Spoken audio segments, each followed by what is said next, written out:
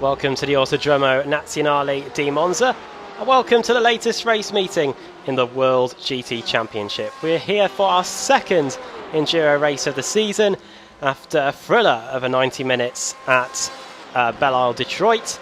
It is now time to head to the high speeds of Monza for the second of the season, and after this, a week's break.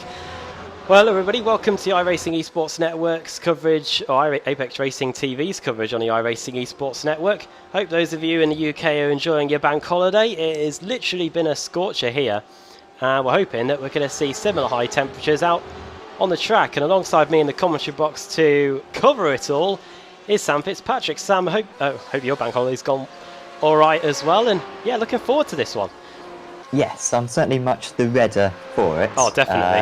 I have to say, as someone who is mightily pale-faced, I have suffered quite a bit, but no, glad to be back covering this series. And we have been, we've had a couple of terrific rounds. Zolder 2 weeks ago was really good, and also last week at Imola as well. We saw quite a lot of controversy. A few underdogs as well doing very well. Usually in these enduro races, we tend to have the cream rising to the top, and I assume that's going to happen again, but it could be a little bit of a lottery because the slipstream effect is so strong around here. Are these drivers going to be following in trains for the whole 90 minutes? It's certainly a possibility, and yeah, we are going to be in for some terrific race-long action up and down the field. Yeah, I was at the cricket today. I was watching Lancashire get beat. In never-ending sunshine. But yeah, looking forward to this one. We're running through the championship standings in a moment. But first, qualifying is taking place. And we will get the timing and scoring up for you in a moment. But yeah, that is the state of play first. Then after that, we will be getting going for a 90-minute race. And then after that, we will be going on to a 1 week break. Which is incidentally while we're at the Sim Racing Expo, which is taking place this weekend. And then we'll be back to resume the series and carry on where we left off. So we're starting at Monza here today. Autodromo Nazionale di Monza, host of the Formula 1 the Italian Grand Prix. In a couple of weeks' time, in fact, because F1 is back in next week, this weekend, in fact, for the Belgian Grand Prix. And we're looking here right now at Matt Bunn, who's currently on a qualifying lap. Currently fastest is Keith Camilleri. He's done a 1:43.87 as we enter the final stages of the quali session. And then after that, it is Richard Gofenko in second, Ben Hackerson third, Michael Evdoka fourth, Christian Challenor in fifth, and Barry Baird, Laszlo Kotrox, Brandon Tabone, Brian Lockwood, Ben Gregory rounding out the top 10. And just looking at the times briefly, Sam, it is incredibly tight. So I think this is hopefully a sign of things to come as the evening progresses. Yes, definitely, but in such a long race as this, qualifying pace is one thing, race pace is another, and I think some of these drivers, particularly Carl Janssen, starting in, or currently lining up in fourth place, always very strong in the race, and so maybe he'll be maybe the favourite for this event. Also in the championship as well, it's ever so close at the moment, especially when you take into account the drop weeks. These drivers across the 15 rounds, I believe, they get 2 drop weeks, and that has been applied to the standings. And so it is very close. Literally the top 10 drivers separated by about 100 points. And when the leader's on 400 points, you can see how close it is, how many drivers are right in the mix for this championship. Also a little bit of to let you know, Mark Fletcher is driving with a bit of an injury today. He couldn't attend Imola last week. He was very ill. And I think he's kind of got a symptom of that here today. So expect him to maybe be struggling a little bit. I'm sure his teammates, though, are going to be very strong. Checker flag coming out then. It is the end of the qualifying session. And after that, we'll be getting on the grid and getting the short pace lap done. And then, setting them away for just an hour and a half worth of racing here. If you're new to the World GT Championship, usually, for the most part of the season, we have 3 20-minute sprint races. Then after that, we have, and then on the occasional race meeting like this one, we have the 90-minute enduro races, which does throw up a different sort of running order. Some drivers are used to the, or better suited to the quicker style of racing that is the sprint races. And then, of course, we've got the enduros as well. We have got the championship standings available to bring to you now as soon as they load. And we can run you through those as we head into the latest race meeting. Mark Fletcher leads the way, 26 points ahead of Christian Challoner. Then it's Michael Evdoka in third, just 1 point behind. And then it's Thibaut Gazalban, Keith Camilleri in fifth. Then it's Laszlo Kotrox in sixth. He's just 2 points behind Camilleri. And then it's Carl Janssen, Lewis Bibby, Brian Lockwood, joint eighth with Bibby. And then it's Richard Kafenku in 10th. We did see a few drivers have a few issues at Imola. Who could forget that free wide crash, Sam, going into the Villeneuve chicane? Still having flashbacks to that, I think. But with Monza, there isn't too many corners like that, but there are some pretty hard braking zones, and particularly the Rettifilio. If you get it wrong there, you could end up clattering into not just one but a few cars as well. Yes, definitely. Yeah, lots of opportunity for instance around here, particularly between the second Lesmo and Ascari chicane. I remember seeing quite a humorous crash, I believe, in an endurance race as well, a 3-hour GT endurance race in the GT3 cars. And around parts of the circuit, the walls are very close, and you can have big accidents because you're running at such a high speed. And also Imola, was terrific. Of course, if you want to see a clip of that 3 wide into one corner, do check out the Apex Racing TV Facebook page, and also leave it a like as well. We'll super appreciate that. But yeah, that was quite an incredible moment. And we have seen issues on the start as well here. I remember last year, not sure if you were actually attending this round, Adam, but at Monza, but I think we saw maybe Ash Sutton have quite a big accident going into turn 1, got speared off pretty much as the green flag went. And so when you've got 40 odd cars going down into turn 1, it can be very easy to just tap your driver, and of course at that speed you're going to go penetrating the wall. Yeah, I must say I can't remember that one, but yeah, it doesn't surprise me. Let's run you through the grid then. For the one and only race, the 90-minute Enduro race at Monza, Keith Camilleri starts on the pole, Richard Kafenku, the Romanian, starting in second. Then it's Ben Hackerson in third with Carl Janssen in fourth. Good opportunity to get some points back in the title race there for Janssen. There is still plenty of time though. Then it's Brian Lockwood in P5. Sixth on the grid is Michael Evdoka. Then it's Brandon Tabone, Christian Challoner, Laszlo Kotrox, the Hungarian, in 9th, and 10th Barry Baird. 11th for Christian Rose, and 12th is Billy Fletcher. 13th on the grid is Miguel Freitas, then the first of the Pro-Am drivers in Ben Gregory. And it's his fellow Pro-Am driver in Simon Underhill in 15th.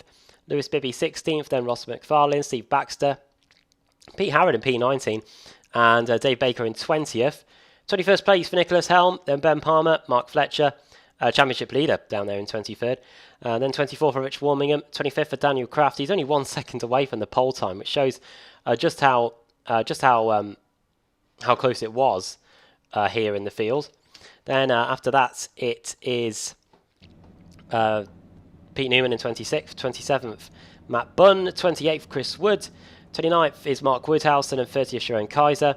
Ethan Bass in 31st, Mike Gray in 32nd, and it's Danny Henney, Michael Blake, Jake Blackwell in 35th, Ashley Blake Hood in 36th, and that is how the rest of the grid lines up, Sam. Yes, bumper field once again. It's absolutely terrific that we continue to have such a huge grid. And unfortunately, we're not going to be able to see every single overtake in this race because there are going to be quite a few of them. Just a bit of a reminder, I don't think we really mentioned this at Bell, but it's significant in this race. Half the points are distributed, I believe it's half the points, are distributed at half stage in this race. So 45 minutes, whoever's leading after 45 minutes, will get the first bouts of points. And then you also get an extra bouts of points as well after the 90 minutes as well. So just a little bit of a caveat there. Keep that in mind. You want to be in the lead or as far up the field as possible at the halfway stage. It does limit the drivers a little bit in terms of strategy. They can't pit super early, but otherwise they'll score barely any points in the race in the first points gifting. But yeah, you want to be as far as up the front as you possibly can all through the race if you manage. What a great moment this is for KC Racing, locking out the front row, and they've got Brandon Tabone in 7th as well. So a great opportunity for these guys to get a potential victory. The Ferrari, as we have come to expect at Monza, is looking pretty good. It is all about the straight line speed, and the Ferrari has that in great quantity. We'll see what the BMWs can do. The highest BMW is Carl Janssen in 4th. It's going to be a slipstream fest here as we get ready for the World GT Championship at Monza. Keith Camilleri accelerates away from the field. The safety car comes into the pits. They're pretty much in single file for the first 5. The green lights are on and we are racing here at Monza for 90 minutes in the World GT Championship, and already Keith Camilleri has got a relatively comfortable advantage. He should be able to go into the front, into the Rettifilio without being challenged at all. It's going to be Richard Gofenko though that takes second place. He splits the KC Racing cars, and watch out for Michael Evdoka. He's gained 2 spots already. Try to go wheel to wheel with Michael Evdoka. Quite a few cars have crashed apparently. I think that's them just getting on the anchors for the first chicane. But a fantastic duel going on here already in the fight for fourth between Janssen, Evdoka and Brian Lockwood going into the Della Roggia. It's going to be the Ferrari that comes out on top surely. Janssen's going to stick it to him though. Oh! And goes on 2 wheels and gets hit by Brian Lockwood, Sam. Yes, Lockwood drops a couple of places. That could be significant. Janssen trying to hang it around the outside, and we see that quite a bit in sim racing and in real life, but just took too much of that curve and really did force out the pit-side driver there by quite a long way. So yeah, just a little bit of contact, hopefully not too much contact, and he should be very strong to the end of the race. But unlucky there for Brian Lockwood because he was just watching that from afar. Start of Keith Camilleri's dreams here. He's got half a second in hand over Ben Hackerson. We will see when we come around to complete the opening lap just how big the slipstream is around here, and see how much of that gap gets eaten into as the whole field, as you can see them there cycling onto the back straight. Come into the Parabolica for the first time to complete the final lap. Brian Lockwood's already getting positions back. Here he is getting up the inside of Laszlo Kotrox. The Porsche obviously will be a straight line speed disadvantage here, and Laszlo Kotrox still doing an okay job. He's already gained 1 place since the lights went green. He's got his teammate Christian Schallner right behind him, but as the field comes across the line to complete the opening lap, it's Camilleri, Hackerson, Gofenko, Evdoka, Janssen, Tabone, Lockwood, Kotrox, Schallner and Christian Rose rounding out the top 10 as Lewis Bibby appears to be on the move going into the first chicane. Yep, straight past his teammate there, Ben Gregory. So BMW getting past Ferrari there. Gregory down a couple of places from his start. Also, Evdoka's got ahead of Gofenko, who I think has got a bit of an issue down the order, and that's a slowdown. He must have cut the first apex. The curbs are quite significant around here, but the first corner, that first part of the first chicane, is it has got quite a small curb, so very easy to pick up a slowdown on lap 2. That costs you a lot of time, so Gofenko then drops down into 8th place from running in 3rd. Remember when Sebastian Vettel won here in 2008 in the Toro Rosso? Both he and Sebastian Bourdais qualified really high up the grid, and while Vettel was having all the glory at the front, Sebastian Bourdais stalled at the start and his race kind of unravelled from there. But Keith Camilleri in the KC Racing Esports cars had a fantastic start. He's got a 4/10 of a second lead. Richard Gofenko here seems to be the Sebastian Bourdais here, if you kind of liken that analogy. And he is currently in 8th place, 6 positions off where he started, and is currently under pressure from Christian Schallner. Is this just KC Racing using the slipstream to their advantage in qualifying and being able to get both cars setting good times, or is it just pure misfortune on Richard Gofenko's part, or is it a bit of a combination of both? I think maybe a combination of both. To be fair, Gofenko lost that position, that 2nd place, right at the start, didn't he? Lost it going into turn 1, which you can't do too much about. Not too much down to pace. And yeah, just a little bit of a slowdown on the last lap. Here comes Tabone and Lockwood. Lockwood looks to the inside. Really good straight line speed there for Tabone, I think. But Lockwood does make that move. So he lost 2 places a couple of laps ago on the opening lap when he got a little bit shuffled out by Janssen. But since then, he's been able to recover back up to the tail of those drivers. Here we are again, Gofenko trying to get 1 place back on Kotrox, who's already gained a place in this race. He's also got his teammate Christian Schallner right on his tail. Radicals Online versus KC Racing. Down the inside goes the Porsche. Is there going to be contact? There is going to be contact, and he doesn't want another slowdown, Richard Gofenko. And it really is Sebastian Bourdais all over. And boy, if you wanted a metaphor for his career, well, here it is. And car number 44 round, and that's a lot of damage as well. Really unfortunate for Gofenko because he's had a miserable start with a few incidents. I don't think any of them were his fault. And that's bunched up things a little bit because Barry Bear, the Nomad Sim Racing white Porsche, which I think was Christian Rose in the CQR Club car, which I think was the Porsche that collided with Gofenko, is now under immense pressure from pretty much the entire field. There's a Ferrari flying up the inside. That's great. Oh no! Teammates have taken each other out.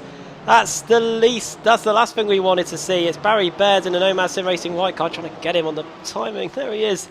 And the 922 car has got going again. We didn't see what totally happened, but I think we're going to see it in a second. Here it is. Oh. Ah. So it looked like that Barry's teammate was trying to get through Underhill, and then he ended up missing it and sliding into his teammate there. Here we go. He's on board with Barry. There we go.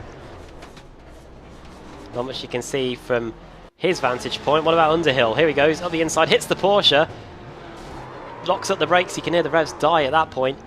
And yeah, the two make contacts. And Sam, that's not what you want, especially in a race at this length, 90 minutes. Absolutely not, and they may well be on the same Discord or TeamSpeak at the moment, so a few choice words may be applied. Unfortunate for those guys. Certainly do not want to do that, especially so early in the event. Here comes Nicholas Helm. He's having a good run. He's up 10 places. It's Nicholas Helm. Absolutely superb. And also dropping down the field is Lewis Bibby, I think that was. He was ahead of Gregory a couple of laps ago. We saw him overtake Gregory, but he's way back in the field now. Maybe just getting caught up in that Baird incident before. And now Helm got a big gaggle of cars behind him. And the frustrating thing for Nicholas is that he hasn't got anyone to draft off. So he's got all these drivers behind him waiting to get past, and he's just a little bit out of range of Ben Gregory up the road. He'll need to close that gap nice and quickly so he can get a draft soon. Plenty of battles already in this race, and we're only 6 minutes into it, going into the Variante Ascari again. It is very close in the fight for the final spot on the podium in the early stages. Michael Evdoka and the Ferrari using the slipstream well and driving well to keep Carl Janssen at bay, the number one, the reigning champion. Coming out of the final corner we go. Let's see how this BMW does with a bit of a tow. Gap you can see on the right hand side, it's about 1.5 tenths. He's closing, then it just about peaks at that point, and if anything, Evdoka gains a bit of time before they get into the first chicane. Yeah, he might be fuel saving a little bit, Janssen. We saw a terrific Euro V8 Supercar Series battle earlier on, a couple of weeks ago, where the drivers in the first 90% of the race were just lifting and coasting. Maybe that's what Janssen is doing at the moment, side by side with Vivos. Oh, it's Underhill's off again. And that's a lot of damage now for Simon Underhill. I'm not sure if he's going to be able to continue. The driver who made contact with his teammate earlier on, and yeah, that's a blown engine. So that's pretty much going to be him stuck in the pits for the rest of the day. And he was one of the front runners as well in the Pro-Am standings earlier on. He's far away from that now. Oh my word. Matt Bunn might have something to answer for there. Let's have a look at it one more time from the helicopter. So Underhill's in the middle of the circuit. Maybe just over to the left, and then when Matt Bunn moves to the right, it's too late. And if he's going to do that in the next 24-hour go-karting race, I'm definitely staring clear, making sure that I'm not in the car when he is. So he has to go around back to the pits. Lap 5 then we are on of the race. And last time around, it was fractionally quicker Ben Hackerson than Keith Camilleri. But my mind does go back to an interview we did with Chaz Draycott after Imola last week, where he said there are going to be plenty of mind games in this race, as Sam alluded to a lap ago, in terms of the fuel strategy. And many of them, they're going to be too much for our tiny minds to imagine. Probably, as Ben Palmer goes into battle with Miguel Freitas. That was Freitas going up the inside of him into the Parabolica. And now the two BMWs are going to go at it down the front straight. One drives for Sim Sports Racing USA, one drives for Team Mad. And the Sim Sports Racing USA number 2 BMW is able to power back ahead again. Next up is Pete Harrington's CQR GT car. Yeah, and I've got a CQR livery on Ben Palmer because I am unprofessional and forget to download the paint pack. So I don't know if he's got any ties to maybe CQR, so these two might be a little bit gentlemanly towards one another. Pete Howard, of course, running in 15th place, Ben Palmer in 16th. and that as well for Palmer down the front straight really did help him. It's strange to see Freitas moving down the order a little bit. He's down 4 places despite quite a few incidents up ahead of him. I don't know if he's maybe got an issue or maybe picked up a couple of slowdowns, but not the race he wanted. Rose has got ahead of Helm, I believe, yeah. Go ahead of Helm, and they're still a little bit detached from Ben Gregory in 9th place, but they are just catching him a little bit, and every time you gain a 10th, that slipstream just becomes a little bit easier to grab hold of, and then you gain another 10th, and it's just a snowball effect.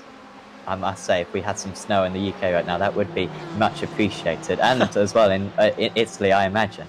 But no, well, we can dream. Sorry, I'll just have a moment to dream about snow. Yeah, we are in we're not too far away from a mountain range here. I'm trying to remember which one it is. I think it is the Alps here in Italy. Up the inside goes Nicholas Helm. Trying to reach the summit of the field here as he goes by Christian Rose. Rose goes wide. He's already crashed on this lap apparently, according to the event viewer. Now onto the front straight. This is going to allow Steve Baxter in the V-Racer car to maybe take 1 or 2 places away here. The Ferrari is going to try and power its way past the Porsche. But now the Porsche's trying to pick up the toe of the Ferrari. The Nomad Sim Racing white car moves across to try and block both of their attempts to get by. Baxter is alongside and nearly through. He's going to surely use the Ferrari's power on the exit to get by. And indeed he does. Now it's going to be up to Lewis Bibby in the TechSense car to try and get by too, going through a Curva Grande. Yeah, gets that slipstream from the car ahead. And Bibby should be clear going into the braking zone. Of course, if you're on the outside here, you are putting a lot of faith into the driver on the inside because they can just spear you off. As anyone who's ever driven around this circuit on sim racing will know. A little bit of a sideways moment for one of the CQR cars as well, just in the background. I think that may have been, or even Ben Palmer potentially, or Pete Howard. But yeah, Bibby currently running in 12th place. Still at the front at least, still quite separated. Also, there's a massive gap, by the way, between the 2 Radicals Online drivers. Challoner and Kotchuk's running 7th and 8th. They've got 7 seconds between them at the moment. So a massive divide between the top 8 and everyone else. Sorry, the top 7 and everyone else. So I think there's going to be kind of 2 different races today.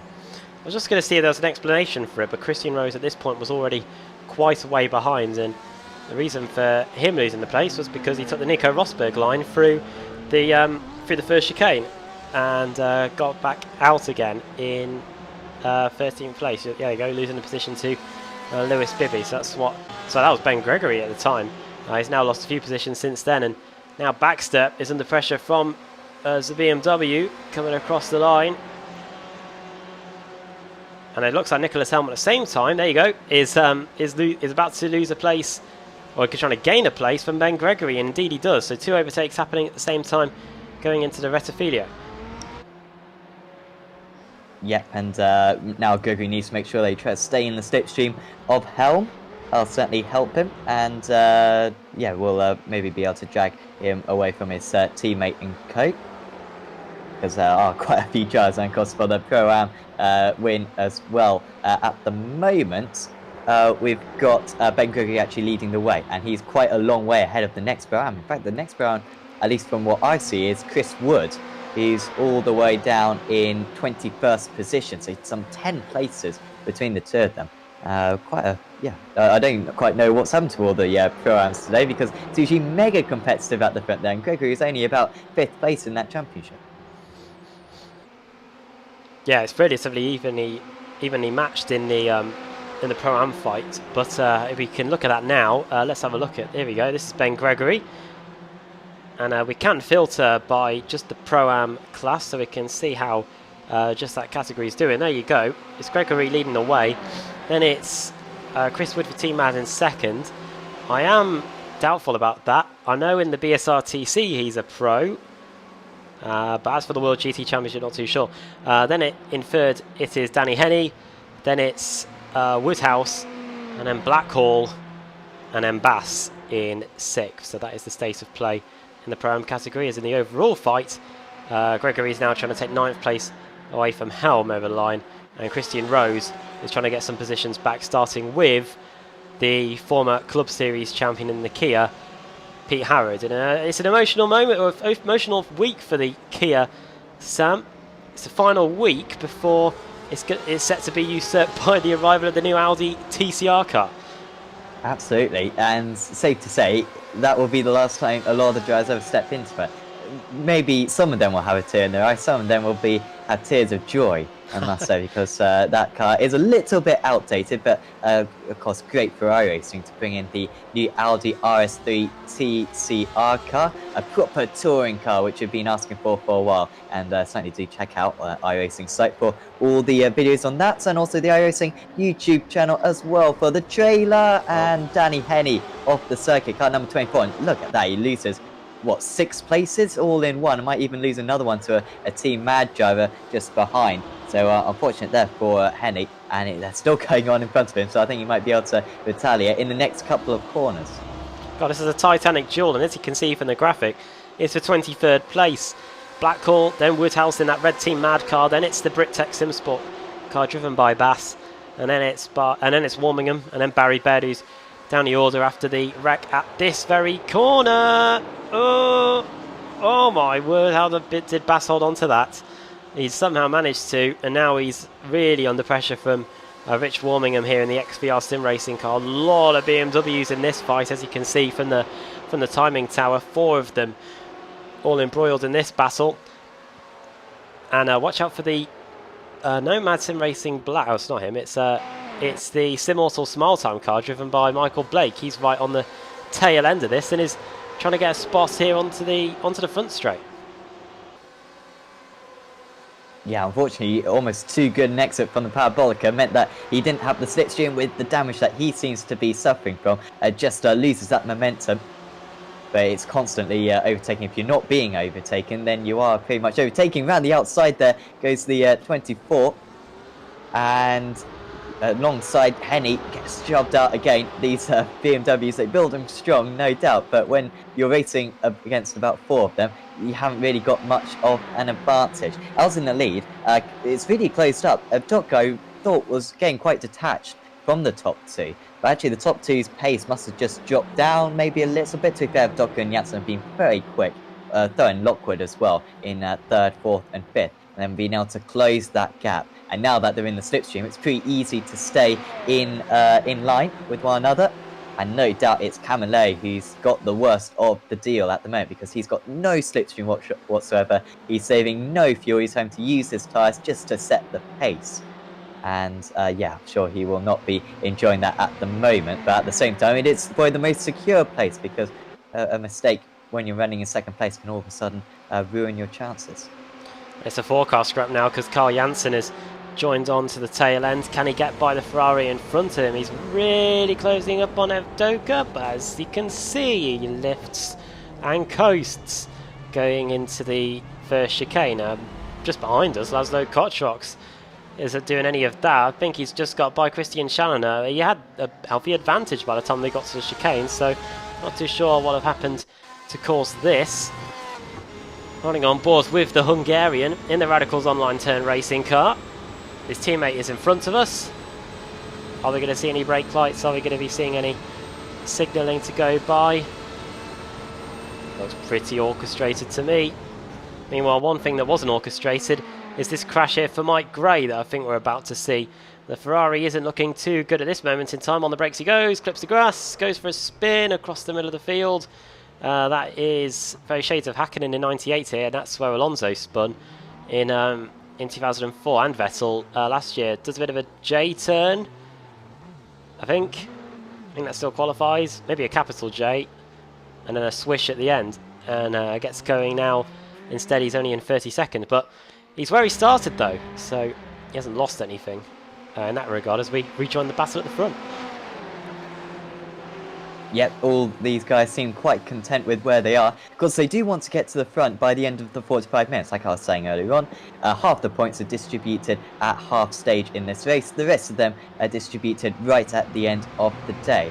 And so you don't want to hang about too much. You can't think all about the strategy. You do want to eventually get to the front. But at the moment, seeing that we've still got another 25 minutes or so until they have to get to the front, they are quite patient. As I say that, Carl Janssen now going for a move for the podium on Michael Evdoka. Backs out of it though. I think that was a genuine thought but he didn't go through with it. He realised that the risk would be far too much and that there's really no advantage at this point.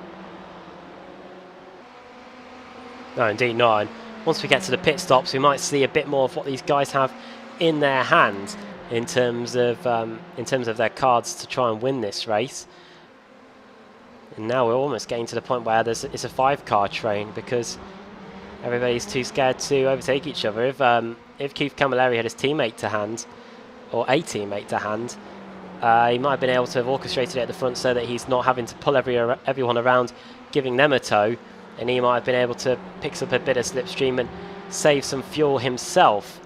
Because right now that is what he's doing. He is acting as the locomotive at the front, towing around all these very happy carriages around this very high-speed rail network that is Monza, going into Ascari.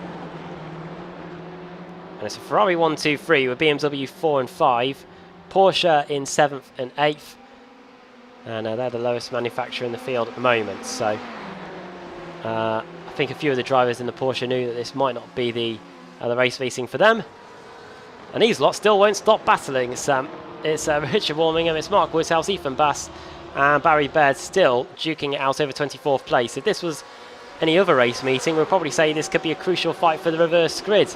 And instead, it's just a fight for a position outside the top 20. Yes, and they're now 7 seconds behind Jake Blackwell as well. I doubt that they're much slower than Blackwell. They're just fighting constantly and really embroiling themselves in this fight. So one Porsche seemingly out of all those guys, as Chalanet is trying to get past his teammate right there with the Radicals Online Turn Racing drivers. But Warmingham just cannot break the draft at the moment, and neither can Woodhouse. And when we go down this next straight, they all close right in on one another. I know Richard Warmingham, always a very stable driver, very rarely gets caught up in incidents, maybe a little bit passive, which I do, you know, I'm a bit harsh on, I must say, about him, because I do mention it quite a bit. But he very rarely kind of makes contact with other drivers. Right now, he just needs a little bit of a turn of speed. Just open that gap up to 0.8 of a second and then drop the others. That's not going to help though. A slide going into turn 1, and all of a sudden, the small gap that he had forged has evaporated, and he's got Mark Woodhouse right on his tail in the Team Mad car. As the track is now is enclosed in shade. Change to second place as well. Maybe we'll have a look at that in a moment. Ben Hackerson is dropping down the order. Oh, there's been a crash, and that's what's happened. It's Carl Janssen who spun. So too was Ben Hackerson. Just as we were looking for that fight outside the top 20, it's kicked off at the front of the field. Carl Janssen was involved in one of the wrecks in race 1 at Imola. And now he's collided with somebody at the front. Let's see what happened then. Into the Ascari. Hackerson already sideways. Nearly takes out the Texense Fit sidecar, then hits the guy, clobbers the inside curb and collides with Janssen, who had really nowhere to go in that situation. Janssen gets going with relative ease, only drops down to 7th place. Hackerson does a spin turn in the end, gets going in 8th. And wow, what drama there, Sam. Let's have a look at it once again.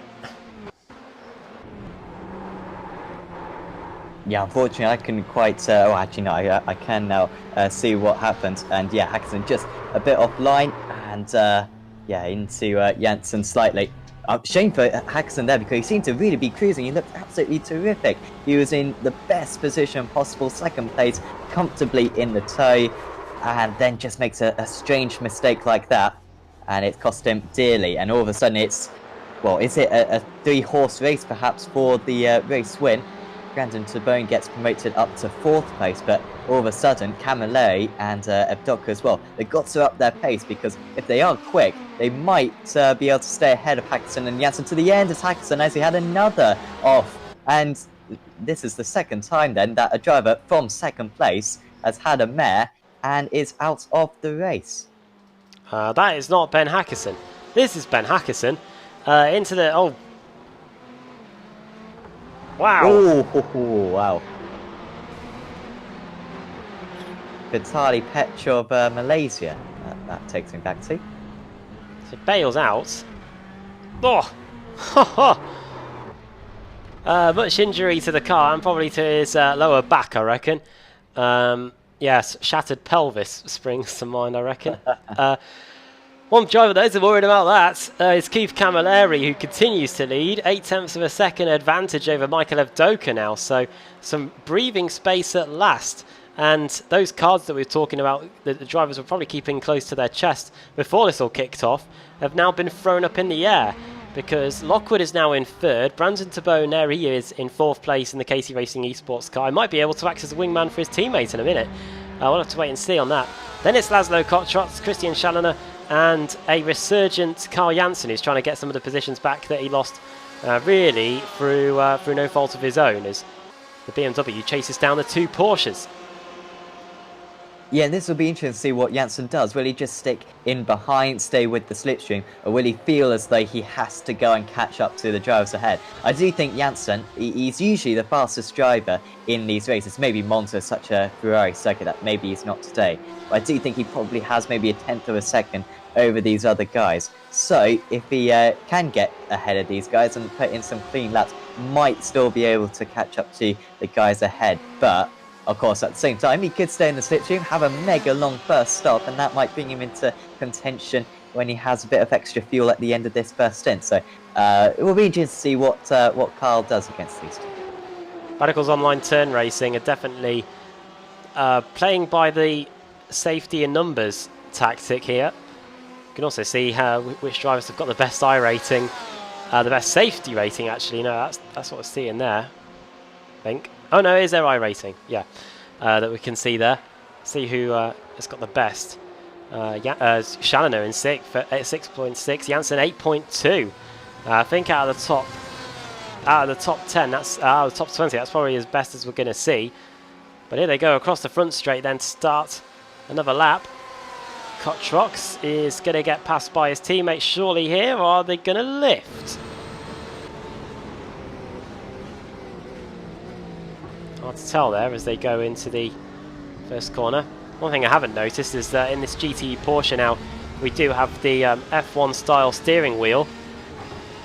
Used to think that with the Porsche it was the round one. That's just me driving the rough for all those years. Good car, the rough. And COD still has its own series. I'm not sure how popular it is. I think it has a few splits per day. But yes, that wheel does look terrific, and of course all these iRacing iRacing cockpits are pretty awesome. They really do create them very faithfully, which is awesome to see. Every detail, of course, added, and these GT cars as well, very realistic. Of course, some of the best physics I think of any car in the entire sim. But yeah, it's really mixed up the order at the front then, at this stage in the race. And remember, we're about 17 minutes away from the first points being distributed. So that's kind of checker flag number 1. And then, of course, we have checker flag number 2 later on. Anyone who watches NASCAR, I believe they have the stages. I don't watch NASCAR too much, but that's where the inspiration was taken from. And it's maybe it's difficult to appreciate the points at the mid stage, but remember that is one. If you win at 45 minutes, that's 1.5 race victories from normal. I mean, it is a properly big deal, and at the moment it's very close as well for the lead. It's 0.2 of a second separating the top two. Evdoka just staying behind, certainly lifting and coasting there, I think. And if Evdoka even finished second place at the 45 minute mark, I think he'd temporarily move into the lead of the championship when you're taking into consideration the drop rounds at least. So a very good run of form for him in Italy. The Tifosi clearly helping him along in this Italian swing of the season. Yeah, it is the Italian leg of our tour in the World GT Championship. Started it off at Imola last week, now at Monza here. And a 2-week break, and then we'll pick things up again as the championship continues all the way towards pretty much the end of the year, really. Watch it all here on the iRacing Esports Network. 8 o'clock, 8:15, I should say, BST. That's 9:15 in mainland Europe. Close battle here, Barry Bear versus Mark Woodhouse. I say battle, I think Mark Woodhouse may have either had a spin on the exit, or a half spin on the exit, or a slowdown penalty to serve, which may have explained his slow speed. Let's have a look and see what happens here. Mark Woodhouse, here we are, on board with the Team Ad car, turns in. That might have been all it needed. Maybe a slowdown to go with it as well. He did take a lot of the inside curve, but that's the reason why Barry Baird's, those are the reasons that could explain Barry Baird's escalation up into 24th position as Pete Harrod is dropping down the order. Something else happened on the exit of the Variante Ascari. Whatever it is, Harrod is just getting going now, leaving behind a plume of tyre smoke in his wake. Is everything pointing in the right direction? Looks like it. But the big question is what happened to cause it. Here we go. Into the Ascari we go. Everything fine. Oh! Way too much curb. It's really difficult that though, because I mean, if you're not in these cars in particular, it's not easy flat through that final part of this Ascari chicane, and so if you're not cutting that as much as you possibly can, well, then of course you're making the corner so much kind of tighter for yourself. You've got to try to cut it off as much as possible. Good spin there though for Pete Harrod. These drivers do have traction control in these cars, I believe. And so I don't know if he quickly switched down the traction control there. Maybe he's got a button on his steering wheel and spun it round straight away. But no, that was very efficient. Unfortunately, he was running up in 14th place and was in that really nice battle for kind of the top 9 positions or so. It's separated a little bit now, but he was certainly having a nice battle. And now he's a bit by himself, 2.7 seconds behind Dan Kraft, and 8 seconds ahead of Richard Wormium, who I can announce has dropped the drivers behind. So Richard Wormium will be feeling a lot better about himself now. He's dropped that slipstream to the drivers behind, and well, might mean that the rest of his race is a bit boring, but at least he's doing well in 23rd place. An update for you, and as you can see, Carl Janssen has managed to breach the Radicals Online Radicals Online Turn Racing buffer here. I wonder if I'll see any of them at the Sim Expo this weekend. Then I'll have to apologise for them to them for that. Here goes Janssen up the inside into the Parabolica. The Swede gets it done, and he did that a lap ago. And now, next up on the list is Laszlo Kotrox, just a bit behind these guys as they now enter the shot. Lewis Bibby is right on the back of Nicholas Helm, with Ross McFarlane just 1.2 seconds away. Ferrari versus BMW here. And if we go back even further down the front straight, Christian Rose and Mark Fletcher are just half a second apart, or just under half a second apart. So a few battles going on here. And you're all right, just over 10 minutes now until we dish out the first points of the day. I do occasionally watch the NASCAR, watch the Daytona 500. Then I'd probably see Talladega, the 2 road course races at Sonoma, or I should say the 3 now, shouldn't I? At Sonoma, the Glen, and the Charlotte Roval, and maybe the Daytona race, the Pepsi 400, or whatever it's called now in July, and then maybe the one at the end of the season. Big supporter of William Byron. Oh no, yeah. Sorry. Yeah, sorry, I was about to say there are a lot of them, so it would be difficult to watch every single one. It's like 36, isn't it? Which to me, as a Formula 1 fan, is totally alien. And I personally have 16 races, back to the good old days of 16 races. Finished it in Suzuka, of course. But no, yeah, it's a bit alien. But yeah, week after week, tough attrition. No doubt about that. But no, it's a good format used by the organisers, and I don't know any other league that uses quite this format. And it does reward you for having a good half of the race. You imagine if you're leading for the entire race until the last 5 minutes, and then you crash out, you must be a little bit gutted. I realise that it's motorsport, but at least this system does make it a little bit more fair, certainly. Camillo looking like he is going to get a nice bout of points at the midway stage of this event. Yeah, I think they're now 8 seconds ahead of Brian Lockwood. Sorry. That's all right. I was going to say, I think Santino Ferrucci would have liked it if this format was in the IndyCar series. If you don't want to know what happened at Gateway at the weekend, you might want to switch off now. But come back because there is still lots of this race to go. But yeah, what happened there was he led a good over 100 laps there and didn't end up winning the race. In fact, him and Joseph Newgarden had a bit of a crash, which led to a few afters after the race, which could prove pretty interesting when the series heads to Portland this weekend. Only 2 races to go in the IndyCar series, by the way. So if you do like short seasons, Sam. Yes, 12 races, isn't it? Yeah, finishes in September. I think mainly is this is down to my superstition. I think it finishes early just because the American football season starts. So everybody's attention's going to be on that, as opposed to the IndyCar, as this fight for 8th is really heating up. Yes, and yeah, I do really need to get into IndyCar. And also, hopefully, I assume we'll add those few IndyCar tracks that we don't have. Because some of them are properly unique, kind of semi-street circuits, of course. Not got all the ovals, but just liking a couple of the road courses, a bit like Portland, and I think a couple of the others as well. But I've got all the IMSA circuits, which is very good.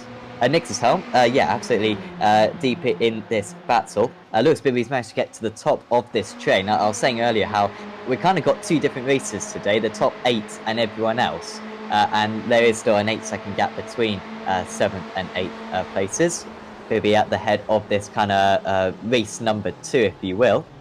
Side by side with Helm and McFarlane, who we haven't really chatted about too much, but he's always been there or thereabouts as well, McFarlane. Up 7 places from his starting position, and now he's going to get the slipstream. I think it's going to be McFarlane hit, just because Bibby will be unconsciously aware that he's really helping the V-Racer driver out.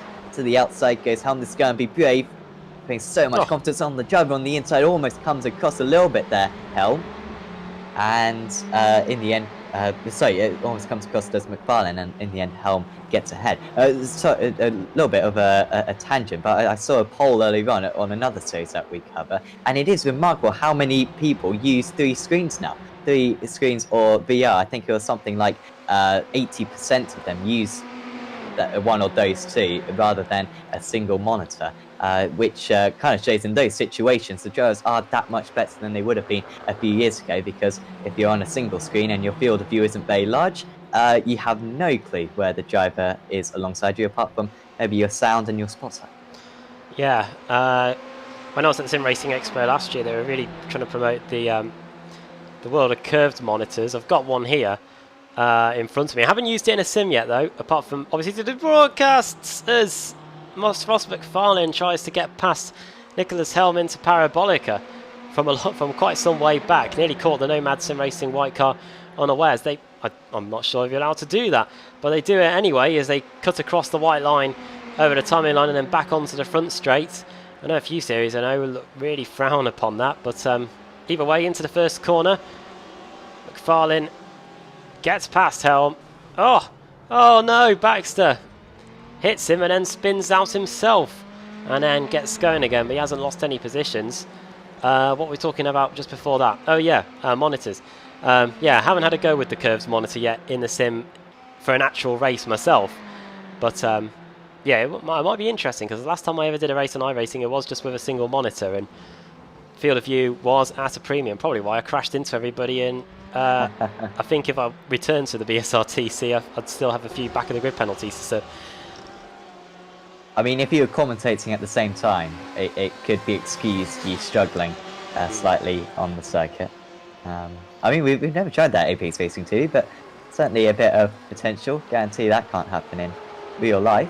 Kotchok's holding up. So yeah, these 3 still very much with one another. Maybe Janssen sticking behind. They are catching up to Brandon Tabone just ahead. You can see Tabone now only 1 second ahead. Quite inevitable that they'll catch up.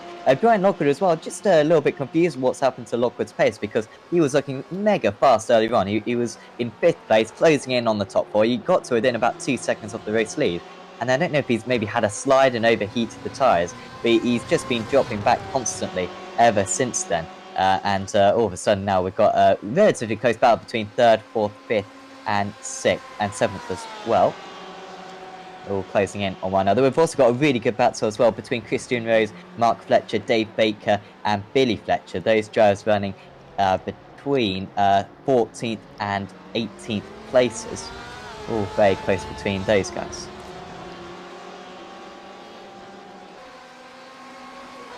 here is one of those battles then. Yeah, Rose, Fletcher, Baker, Freitas and Wood. Not very close indeed over the line. 5 minutes to go until those points get dished out. I should say it's getting close at the front again. It's just over half a second between Keith Camilleri and Michael Evdoka. Ferrari's pretty close. Here's that battle for 5th, 6th and 7th as well between Kottrotz, Janssen and Challoner. Maybe you don't rule out Brandon Tabone getting dragged into this. Of course, it's going to get to a point soon where the pit stops start to factor into the equation. That's going to make it pretty interesting for us and for you at home as well. There we go, 40 minutes, 5 to go. And then we'll get the points out. And 90% fuel these drivers are limited to. So usually they'd get maybe an hour. This is a very high fuel consumption circuit, as you can imagine. So imagine maybe 55 minutes with the amount of tow that they've been having around this circuit. So it will only be about 10 minutes afterwards, and they've only got about maybe 5 minutes of leeway. So expect them all to come in relatively similar to one another. The undercut isn't going to be much of a factor, especially seeing that these drivers will not be changing tyres. Changing tyres costs you about 25 seconds. And you can certainly not afford that. You're not going to make that up in just half an hour. So everyone will be relatively the same in terms of strategy, which will mean they'll all be very close to one another when they come out of the pits. Ross McFarlane still hounding Lewis Bibby, and Nicholas Helm staying in touch. Also, Stephen Baxter trying to recover from that half spin he had a couple of laps ago. He's just 4th in this line.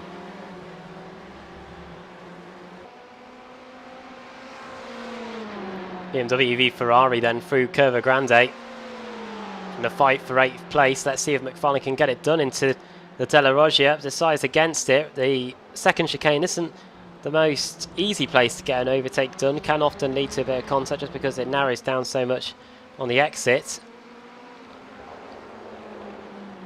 And these guys all doing a fantastic job so far. Nicholas Helm, who's the 3rd car in this picture, has gained 11 spots since the start. He is nearly the biggest mover in the field. That honour goes to Jake Blackwell, the CQI GT car. Here he is. Started in 35th spot, which was 2nd last. In fact, it pretty much was last because Ashley Blake hasn't taken the start. And he's gained 15 places since we got going here. So, granted, a number of them have come into the pits, but because of crashes and whatnot. But yeah, he's still got that at the moment. And Keith Camilleri and Michael pick up a slowdown as well. So yeah. Sorry, Adam, I was just about to say, I think as we were talking about him, was a bit of a commentator's curse, almost a preemptive commentator's curse there. But he is catching up to the drivers ahead. But I mean, when you're by yourself like that, I've said before, you know, if you don't have a slipstream, I'm sure Michael Evdoka's probably gaining about half a second a lap just in the slipstream. So it's really difficult to make way by yourself. Not as bad, of course, if you're in a NASCAR race. But certainly around this circuit, it is really quite difficult for these drivers to manage that. And these guys still pulling away. Their pace is phenomenal out there, and their consistency as well. I don't think I've seen them do a lap time which hasn't been a 45.1 or a 45.2. It's been superb from Camilleri and Evdoka, and they're driving this just as they have to. Question is, will Evdoka go for a move as we approach the 45-minute mark? Will he care about those extra points, or will he be quite content with 2nd place and maybe go for the win after the 90 minutes? You'd be surprised how desperate some of those NASCAR drivers were for the stage points. In some of the races I've seen anyway. I was watching them at Sonoma. And yeah, they were pretty desperate to get it done there. A few cars, as you can see, have come into the pits. Barry Baird has come in. So too has Pete Newman. 0.3 seconds stop for him there. Actually, no, he's just carried on. Lapping there, Mike Gray in the XVR Sim Racer car. When we come round to the line, we're going to be starting the lap that will include the 45th minute. Do the points get dished out precisely on the 45th minute, Sam? I'm guessing so. As opposed to them completing the lap. It must be completing the lap, I would have thought. I mean, they could pause it, of course, at the 45-minute mark. I mean, we do commentate on this series. I guess we ought to know the points, but sorry, we ought to know the rules. But I think it's probably at the end of this lap. So, you know, imagine a checkered flag. Imagine the wave men. Sorry, the wave men. That's a new word for marshals. Wave men. Oh dear. I mean, that's one of those surfing instructors. I think I'm not quite sure. There you go. I'll put that on the Facebook page at some point. But no, the marshals, who are very enthusiastic on iRacing, imagine them throwing a checker flag in just a few moments' time. Evdoka, though, not really closing in. He's been half a second behind for many a minutes already, and he doesn't seem too interested. Camille, though, trying to break the draft, so maybe he realises how significant this is. Evdoka doesn't seem to be quite as interested. Just having a scroll through the rule book now for you. We are on the 45th minute, so well done to Keith Camilleri and Michael Evdoka, top two in the pros, and Brian Lockwood in third. Top am is going to be Ben Gregory. He's got a comfortable advantage over Chris Wood, a comfortable sixth position advantage over Chris Wood.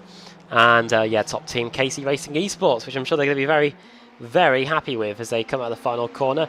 Now that Keith Camilleri's done that and ticked that box off, they can now start to worry about the pit stops. 90% fuel, as Sam alluded to earlier, and have got to make that last for 90 minutes. So we'll see what they can do with that one, as that's now out of the equation. Brian Lockwood, he's already blinked. He's coming into the pits.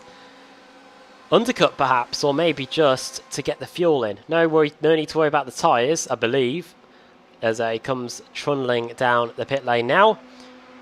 We'll see where Lockwood comes back out with the help of the track map. He's going to stop right behind that screen, isn't he? There we go, that helps. See how long this stop is. It'll give us a benchmark to see what everybody else's is going to be like. It's very surprising, the fact that he decided to do that, Brian Lockwood, because maybe I think he's probably had very little toe, but I would have thought he'd be able to get further than 45 minutes in this race. We've also got another driver into the pits, Pete Harrod, who's had one spin earlier on in the race. But Lockwood, he might find that he drops quite a lot of time to the drivers who he was battling with. Remember, he was running in third position before, with quite a few drivers kind of queuing up behind him, Tabone and Challener and Janssen and a couple of others.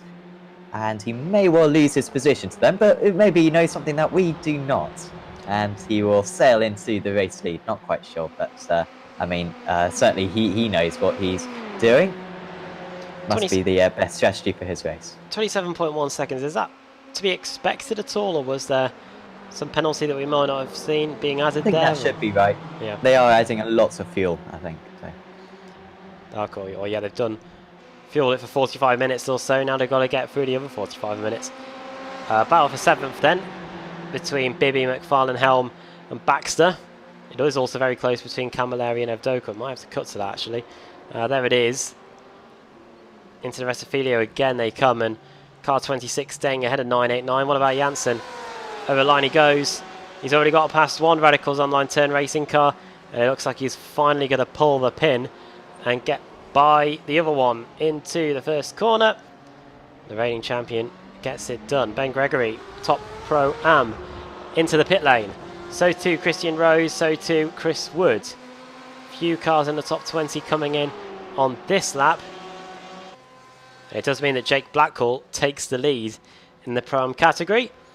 You can see there Ben Gregory using his fast repair, gets the car all good and new.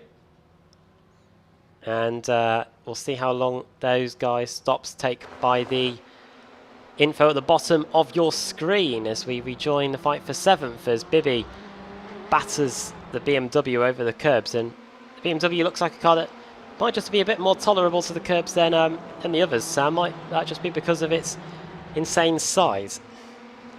Yeah, it may well be due to that. Apparently it's very drivable as well. You can pretty much put on the same setup and go to any circuit, and you're quite safe. It's going to exit the corners nicely. That's going to be very stable. I know the Mercedes GT3 car, the Mercedes AMG GT3, has always been a little bit like that in that class. But no, the BMW's kind of taken that role, and that's why so many drivers use it, because it's so easy to get up and running.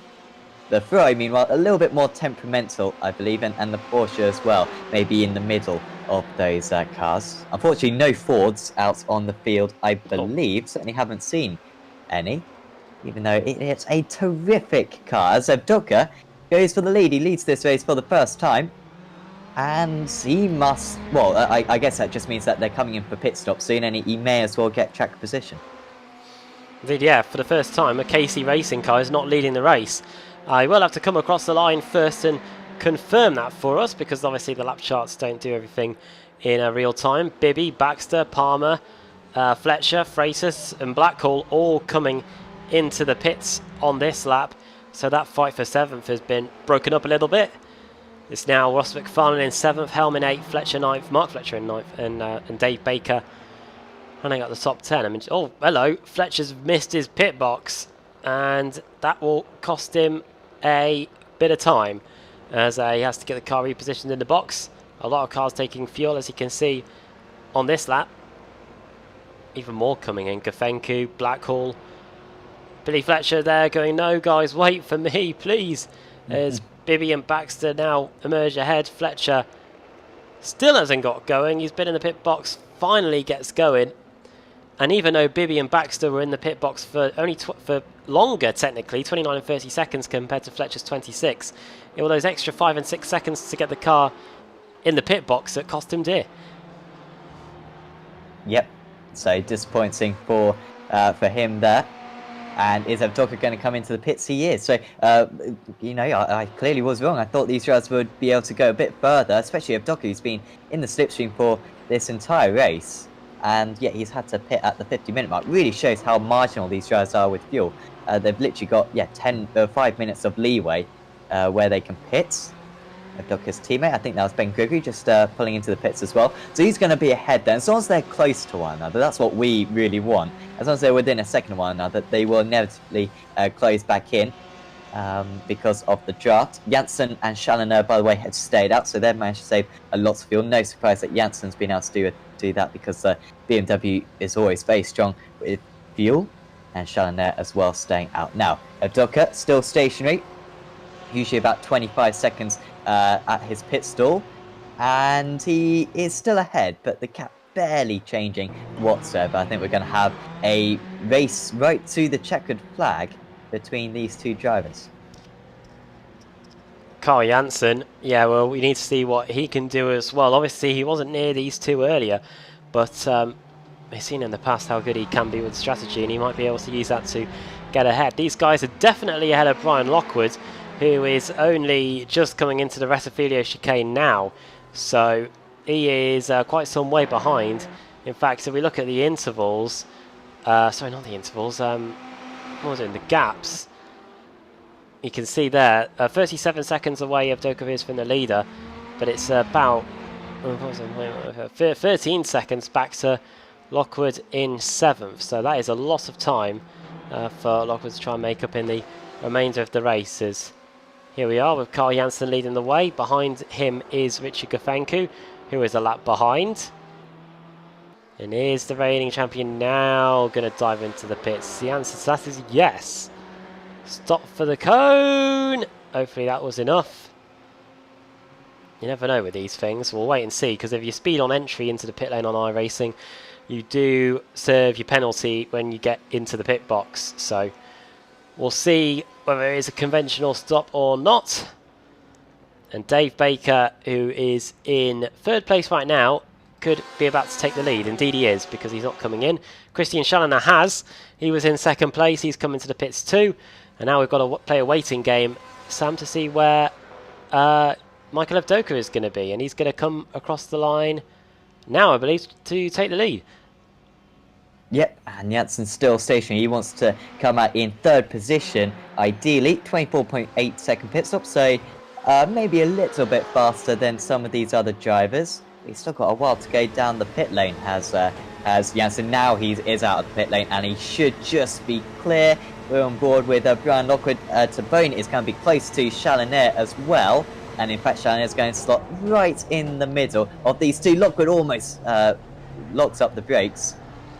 And he was running then in 3rd place was Brian Lockwood, but he's dropped all the way down into 7th now. So that early pit stop has really cost him. That just shows how important it is to save fuel in the first half of the race, and the fact that he's had to do a couple of extra, or he had to pit a couple of laps earlier than his rivals, has really let him down. Yeah, what it was it was a similar lap, it was a similar stop to everybody else, the 27.12. But why was that? Why was the result of that him losing all those places? I think it was just because he had to do there was a couple of laps where the other drivers had barely any fuel and he had lots of fuel. So it was kind of that classic overcuts from the other drivers. And I think those maybe couple of laps out of his pit box weren't particularly strong. Also maybe got caught up in some traffic. And I had no way to defend, of course, because he was on a different piece of tarmac. So yeah, unfortunate for Brian Lockwood, and Lasso Kotchuk's as well isn't too far behind.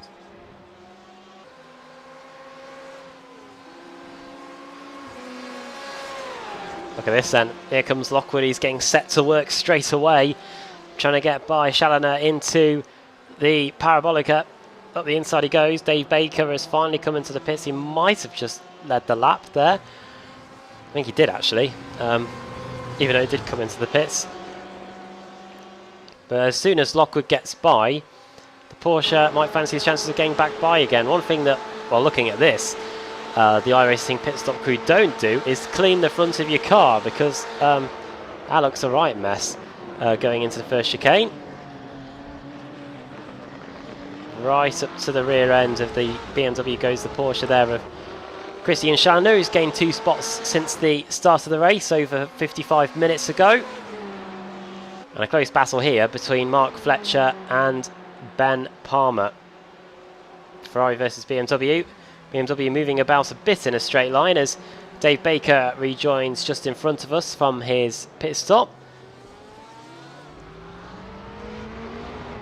24.3 seconds, one of the quickest stops we've seen today. Quickest pit stop so far, I believe, is the 23-second stop done by Christian Challoner, who used that quick pit stop to his advantage because he was able to rejoin ahead of, well, he was ahead of Brian Lockwood, but since then the Racecraft Esports car has got by. Yes, and I think he may have also got ahead of his teammate Lasso Kotchuk's as well in that, so it did work out for him a little bit. Camille was super close to Abduck going into the Sky chicane. I think it was less than a tenth of a second, so maybe Abduck even having to defend. They might, well, we'll compare lap times. So I'm just thinking they might be able to just go, you know, hell for leather to the end of the race and just battle one another and don't care about the time that they lose one another, because they're so far ahead of Carl Janssen, 10 seconds ahead of Janssen. But Janssen is a very quick driver, so they can't count on their laurels by any means. Camille, no interest in overtaking. Of course, at this point in the race, you don't really want to be saving fuel, because you put in enough fuel to get yourself to the end of the race, and so any fuel saving is just going to mean that you got more fuel at the end of the race. It's going to make you marginally slower, but certainly you may as well, you know, race as much as possible. But yeah, certainly lifting and coasting isn't going to help too much. Lockwood then getting ahead of Tabone, so he's made quick work of those two drivers. He's back up into 4th place. Lockwood was struggling a little bit earlier on. He was being caught, remember, by Tabone and Challoner earlier on, but since then, in this second stint, he's been absolutely lightning. Yeah, I don't know whether Brian Lockwood's planning a Ben Stokes or something here, and and trying to steal a late victory from almost the jaws of complete impossibility. But we'll have to wait and see there. You can see what the lap times were like last time around, 45.6 for Avdoka, same 2 for Camilleri. Carl Janssen 0.2 of a second quicker. If he goes at that rate, he will catch them in time, but it will take some time to get there. And oh, car off the track, he reverses out of the way. That's the blue car, so it'll almost certainly be Pete Newman. It is. He gets going again. The CQR PNM with Lizard not having the best of fun today. Let's have a look and see what happened. 58 car going into the Ascara chicane. This is where Pete Harrow crashed earlier. Is it a carbon copy? It literally is. Andy, wow. Ooh. My God. He managed to avoid taking nearly 2 Team Ad cars out of the race. Tell you what, Michael Blake's on board is going to be interesting for this. Maybe not his, actually. Jerome Kaiser's is going to be interesting for this. Oh, mummy, he says as he goes through the left-hander and has to get out of the gas. I mean, I was saying that just watching it, to be honest. That was, I mean, give Kaiser a bonus point there. That was superb. He managed to get a little bit of oversteer just as he approached him, which managed to make his car almost slide on the grass. Really helped him just to take evasive action. very impressive car control. And, well, it's kept him in the race. He doesn't need any bonus points. It's kept him in the race with no damage. That should be a reward enough. Brandon to Bone. He's now battling with Challenger. So these guys straight away losing 1.2 seconds to Brian Lockwood. Just ahead of them. Challenger stays ahead. Oh, sorry, actually overtakes to Bone then. So Radicals Online versus KC Racing. Two of the top teams, of course, in this championship. That's like Kotchuk's is catching up to them a little bit, 2.6 seconds. And this is how close these guys are. They lost a lot of time, did this kind of second bunch of cars earlier on in the race. But since then, they've actually been very rapid and haven't been losing much time whatsoever to the front runners. And now it's Nicholas Helm leading this pack ahead of Ross McFarlane and Lewis Bibby. And then it's Stephen Baxter in 11th. These four drivers have been pretty much glued to one another for the past 50 minutes or so. Yeah, they're familiar faces, and you can see how close they are on the circuit. Helm has a second advantage, but he's still being classed as being in this battle.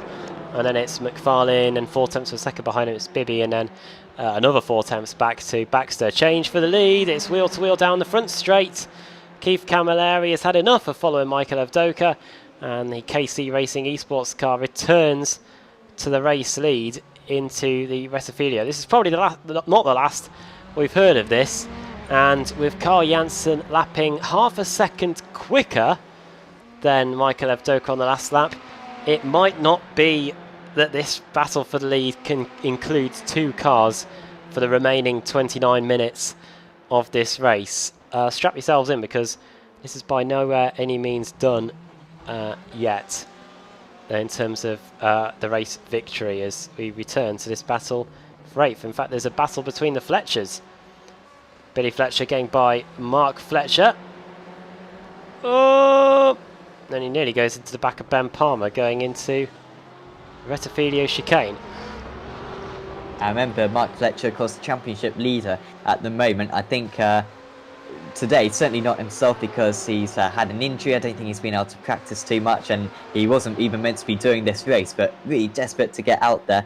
Otherwise, after missing Imola last week, he would have used up all his drop rounds, and that would not have looked, that would put a lot of pressure on him in the second half of the season. Remember, Fletcher, of course, dominated the first few races as well, but since his absence at Imola, he's, of course, yeah, really struggled, and it's opened up this championship massively. He's got his brother, Billy Fletcher, of course, with him, so those two should work together well, and they have been together pretty much the entire day. The furthest up they can get probably is Dave Baker, who's 2.5 seconds up the road. There he is, just in the shots.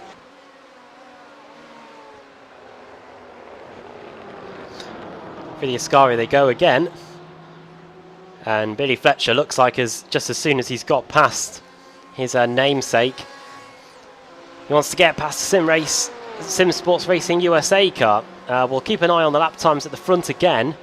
You can see that it is now under 9 seconds between Avdoka and Janssen, by the way, but this is the fight that we're looking at, the fight for 13th. Carl Janssen being shown as going off the track on that previous lap as well. Ben Palmer's not had the best exit, and now it's up to him to try and work out how he's going to keep his car at bay.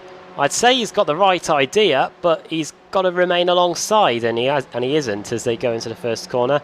Is the other Fletcher going to try and fancy his chances? He has a little look up the inside, but no, he doesn't get by there into the Rettifilio chicane. So Billy Fletcher, 2 laps, 2 overtakes.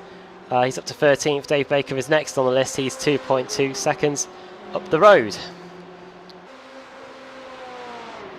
Yeah, it's Freitas closing in a little bit on these guys. Half a second faster than Mark Fletcher on that last lap. So watch out for the Portuguese driver, I believe Miguel is, just behind. Opened up a little bit out in the lead. Camille is now 1 second ahead of Avdoka, and maybe that's due to some traffic, not quite sure. But Avdoka doesn't want to drop any more than a second behind, otherwise you lose that toe, and it comes down into pure pace. I think Camille might just have an edge on that, and as we're speaking, yeah, just reaching that 1 second margin. So panic stations for Michael Avdoka. I say panic station, he's looking very good for second place, but if he wants to win this race, really does need to have a good lap or so. And of course these guys still very close, Helm and McFarlane. Not too much movement amongst these drivers, I think. They're all quite happy with where they are, but I'm sure it's going to erupt in the last 10 minutes or so in the race. Now, this is not what Carl Janssen wants to see. It's Michael Blake in front of him, who is nearly a lap down. He's a lap down on the leaders, but he's not been officially lapped yet by Janssen. And you can see he's flashing the lights. What he may know, judging from if he has his relative open, is also that the leaders are coming up to some back markers too. They're coming up to Simon Underhill, I think they're coming to laps. So this is again another opportunity for Janssen to get some time back. He's at 8.4 seconds away from Michael Evdoka. Was quicker again on the previous lap, 0.2 of a second quicker, and he's put in a personal best in the first sector as well, at 35.07. So as these guys gradually work their way through the slow traffic, they've just started with the Team Mad BMW, sorry, the Simmortal BMW of Kaiser. Now they've got the Nomad Sim Racing Black of Underhill to get by. And this is another thing that we don't see in the sprint races, Sam. It's the ability to deal with traffic, and obviously at Belle Isle we saw that just because the track is so short. But here we have to see it at Monza too. Yes, and Belle Isle was maybe a little bit more difficult. And of course, yeah, the fact that a lot of these drivers never really deal with. And of course, when they join this race, they get used to the reverse grid factor. But this traffic is very difficult. But Camille straight past. Docker, like I said, he doesn't want to get more than a second behind, and he's having to make quite a bold move there on the Team Mad car, almost going into the race leader. There is the 170 Nomad Sim Racing driver. That was Simon Underhill. In the end, it hasn't actually cost Camille too much. If anything, it maybe even helped him because just bogged down Docker a little bit.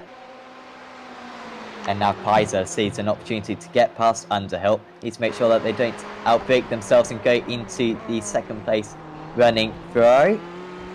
And nipping ahead in the end is Jerome Kaiser.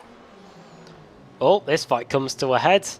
Nicholas Helm gets the move, repasses Ross McFarlane, who I think got by on the front straight, but has now since lost it again. McFarlane got a fantastic run through Curva Grande. Whoa, Helm moving over to the inside. Up into 6th gear we go as they head towards the Della Roggia. Who's going to break the latest? The Ferrari of McFarlane trying everything. Wow, I thought they were going to collide there on the apex of the second part of the chicane, but this is just going to allow it to bunch up even more now as Bibby and Baxter both fancy their chances of maybe creeping into the top 8 here as Nicholas Helm tries to get some sort of advantage as they go onto the back straight now. And Helm has a wiggle on the exit, and McFarlane puts 2 wheels into the dirt, which kind of negates the advantage he would have gained by that moment there for the Swede. Yeah, certainly needs to stay patient though, does McFarlane. He needs to remember he's got plenty of time to get this done. They're 14 seconds now behind Laszlo Kotchuk, so they have been costing each other a little bit of time with this fighting, but they are pretty much by themselves, these 4. McFarlane wants to be at the head of this train. Of course, like I said, no advantage saving fuel. It's not a consolation being in traffic like it was in the first half of the race. Now it's all about just going as fast as you possibly can. Getting very close as well between Chalanet and Tabone, by the way. I might have to cut to that in a bit. So they just say that. Cat's gone from 2/10 of a second to 6/10 of a second. But yeah, it is pretty close between those two drivers. That's the battle for 5th. Getting very close here though. Will anyone go for a move? McFarlane looks to the inside. That's bold. Into turn 1. Almost contact. Good space leaving there from Nicholas Helm. And just about had to back out of there did McFarlane. That could have really been both of their races heavily compromised if they had tangled there. And all of a sudden now, just as we saw a few corners ago, McFarlane goes from attack to defence. And now he goes back to 10th place. As Lewis Bibby sweeps round the outside of him. No defence put up by McFarlane. And now it'll be Bibby who will have a go at overtaking Helm.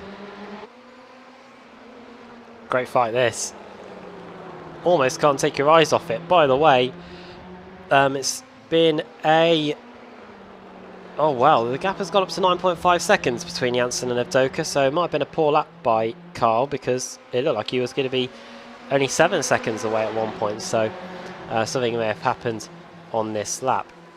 Richard Kafenko, something has happened between him and Richard Warmingham. I think this is him here in the XVR Sim Racer car here. This is the first corner. Gafenku, let's not forget, started on the front row. And just a little bit of something between them there as we rejoin the live pictures. And they're all still line astern in the fight for 8th going into Parabolica.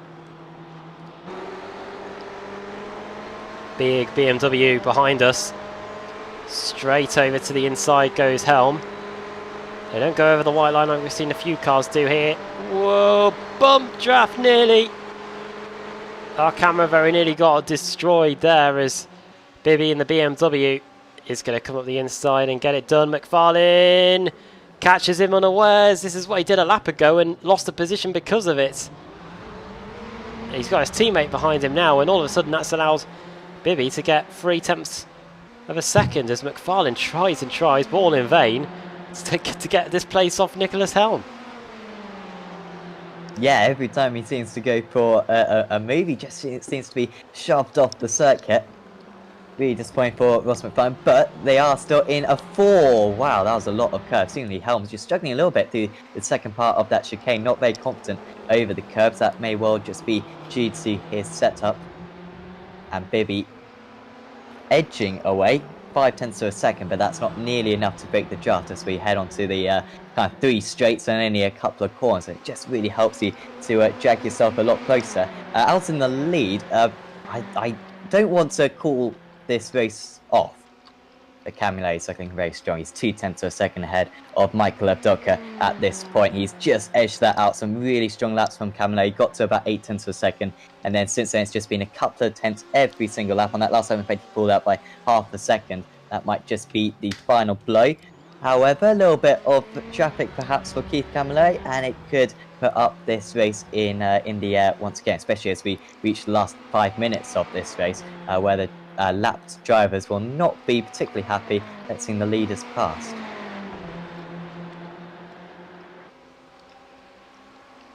Side by side between Helm and McFarlane again. I mean, this is attempt number 4, I believe, that we've seen. Could have well been a lot of other attempts. I think this time, well, he's got the inside this time at least. But will he be shoved out? Definitely has more of his car alongside, and ahead goes Ross McFarlane. Helm will have to tuck back into the slipstream. Somehow the 3 of them don't all make contact. Bibby scampered off into the distance. It's a Nicholas Helm sandwich with B-Racer drivers as the bread. And Helm has to back out of it. Sorry to go on a bit of a rant, but I despise it when people say, oh look, it's a B-Racer sandwich. Well, you don't call it a bread sandwich, do you? You call it a ham sandwich.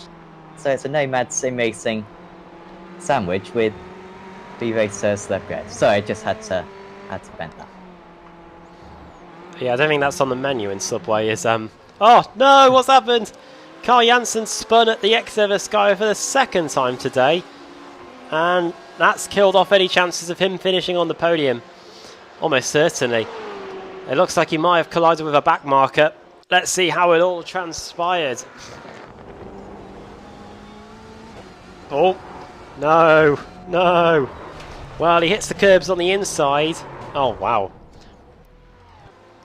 And he collected Jerome Kaiser and all that. Here it is again, this time from off-board. Hits the inside curbs there, they are lethal.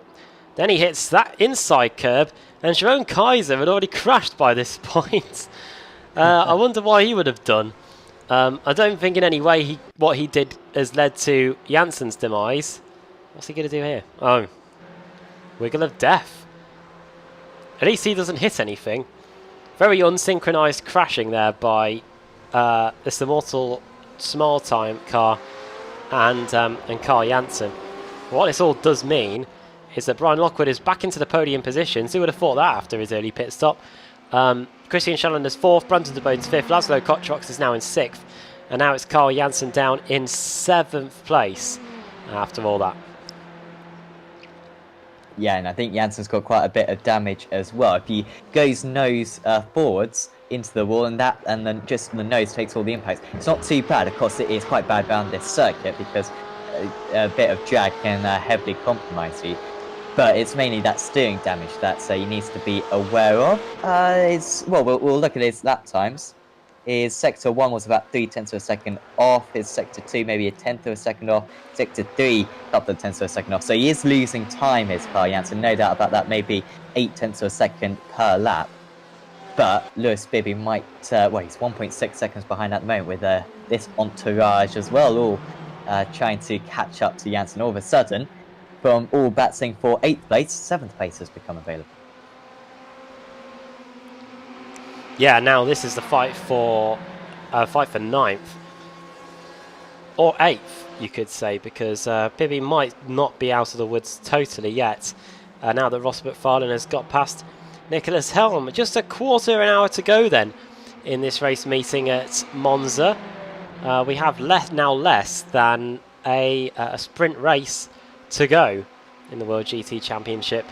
The Enduro race at Monza proving to be a delight to watch.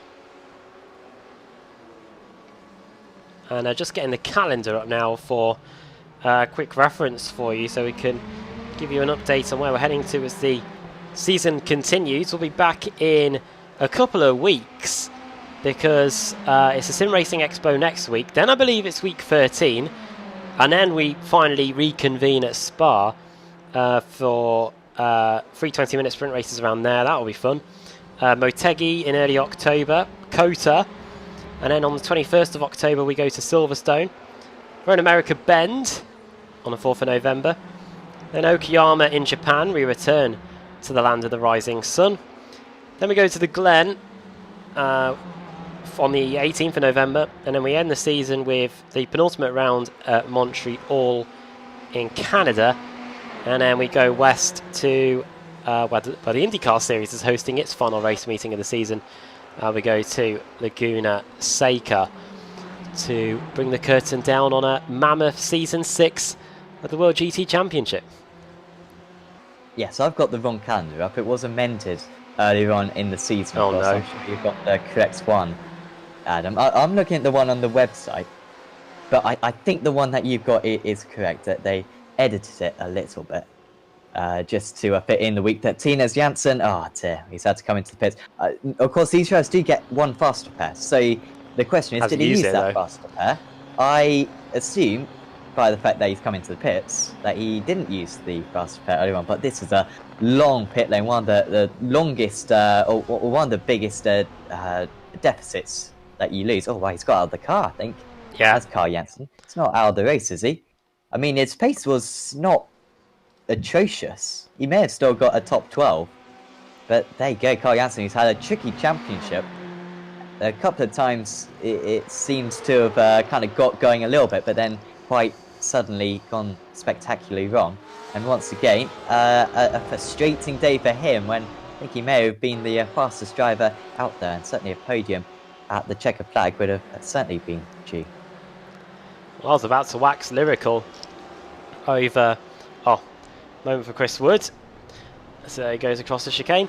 If Carl Janssen hadn't have used his fast repair on his pit stop, just to show that the drivers make sure they're prepared for any eventuality, but that's not the case for Carl. He's out of the car, out of the race.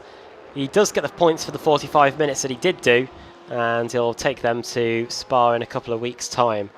So yeah, that's the end of Carl Janssen's race. A shame, really. It could have been a stunning drive up to the front, considering he was facing the wrong way just a couple of laps in into the race when Ben Hackerson collided with him.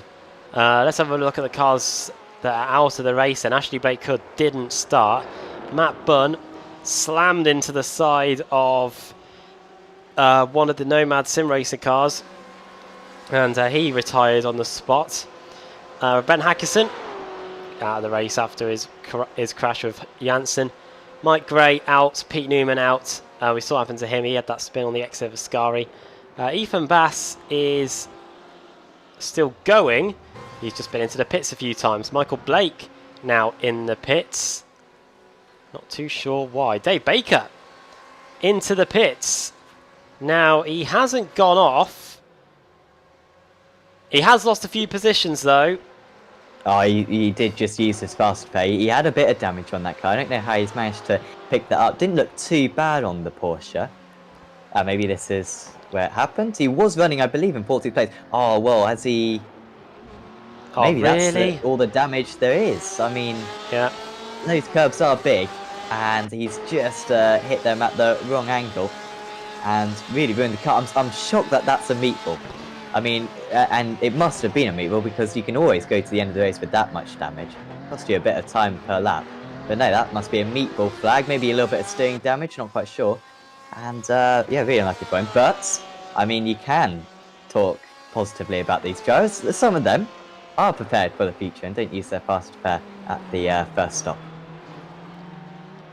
Baker will be driving within himself, but with an element of let's see what I can get from the final 10 minutes. He is only 3 seconds away from Richard Warmingham. He's in 21st place, so might be able to get some points there. And of course, he's got his points in the first 45 minutes to fall back on. Laszlo Kotrox puts in a new personal best of the race of 45.05 as he carries on his way. He's in a bit of no man's land, really. 2.2 seconds away from Challoner, his teammate. 1.7 seconds away from Brandon Tabone in 7th. So for the final 10 minutes, he's really not got much to fight for unless the cars in front of him do make a mistake. Fight for 11th between Billy Fletcher and Ben Palmer. And just a little bit further down the road, it's a very close fight between Miguel Freitas and Christian Rose. Let's see if Rose can get that place back after having to cut the chicane a lap ago. He takes the right line this time, and he's into 14th place. Yeah, it's not turned out too bad for Christian Rose after some earlier issues.